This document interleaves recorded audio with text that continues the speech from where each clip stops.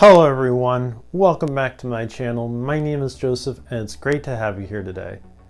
A few weeks ago, I made a video on how to save $600 a year with a very simple, easy tip.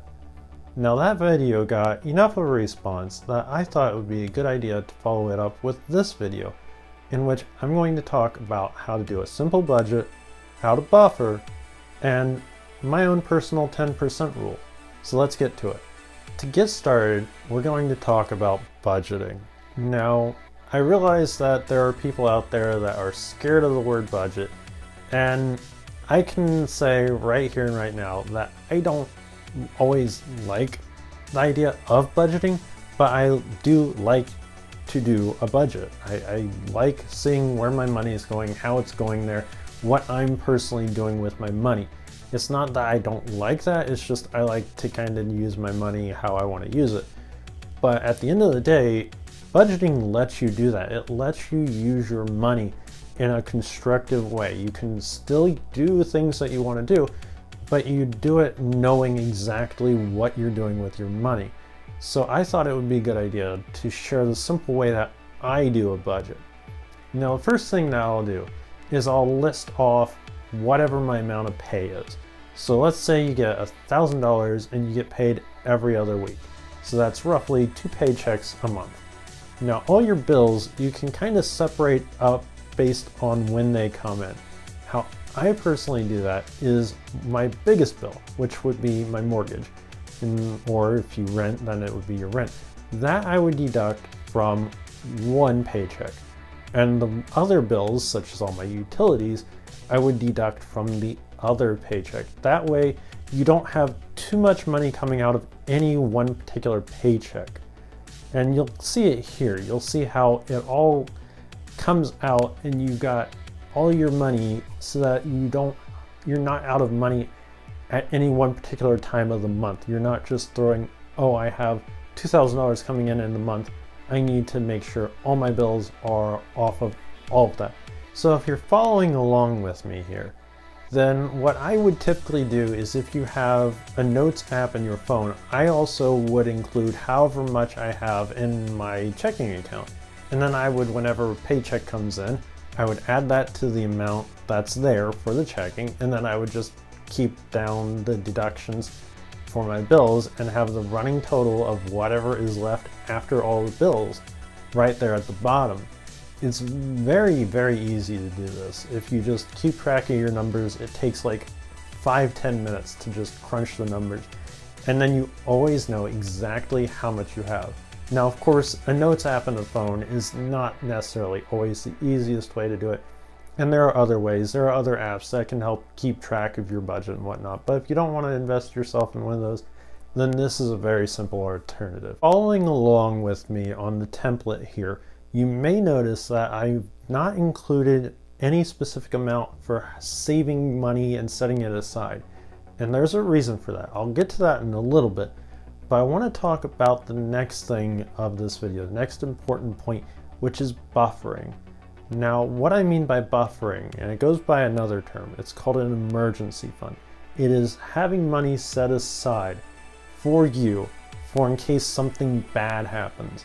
Now, there's been lots of recommendations for this, and personally I would say that having 6 months of emergency fund buffering money set aside in a savings account somewhere that you absolutely don't touch for any reason, save for if a massive emergency pops up, such as you lose your job or something breaks on your residence or whatever, or you need a new car or something really major that you absolutely have to have money for, that is a large amount of money.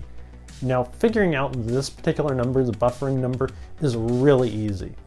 All you have to do is take your expenses, add them up, multiply that number by however many months that you think that you're going to want to buffer for, whether it's 3 months, 6 months, a whole year, whatever you want to have a buffer for. Now, I wouldn't recommend anything less than 6 months, and there's a reason for it. If you, for some reason, lose your job, it usually winds up taking about a half a year before you'll get another one. At least that's what my personal turnaround period has been. It's usually been about 6 months, sometimes a little less, sometimes a little more. Really just depends, but I wouldn't recommend having anything less than that 6-month buffer. Now you might be saying, Joseph, that's hard for me to do. Why are you suggesting this? I barely have any room in my budget as is. Now, to that end, what I would really highly suggest is really do your budget. Look and see wherever you can find money and try to really save that money. And if you have a really hard time with that, if you cannot find it, but you find that you have some spare time, then I suggest trying to find another job or just any other form of income to try and help you get that buffer, because that buffer is really important.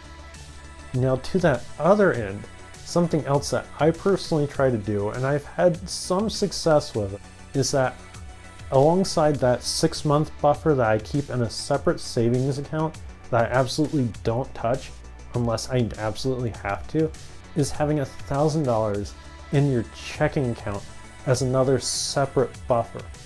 Now what that $1,000 does is, say your car needs new tires. If you have a new car, new tires, they're going to cost you a pretty penny, but that $1,000 is very easily accessible for if you need a tow, if you need something that's sort of kind of big, but it's just instant money. It's instantly there that you don't have to worry about, oh, I need to go transfer money out of a savings account, or I need to pay my bill from a savings account, or whatever. You have that money instantly in a checking account where you don't have to go to that buffer account. And that in itself is an immense weight that is lifted off your shoulders. Now I know that I'm talking about quite a bit of money here, but that $1,000 is very easy usually to find and save up very, very quickly, especially if you can find another way of making money, whether it's a second job, Uber, whatever you want to do.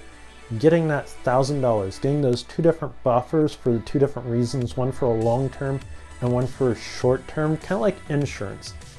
When you have insurance through a company, you usually have a long-term disability insurance and a short-term. That $1,000 is kind of like your short-term. It's something that's a very unexpected expense, but it's also very quick and very easy to get to. So if you can do both of those, I would highly recommend it. We've gone over budgets, we've gone over buffering.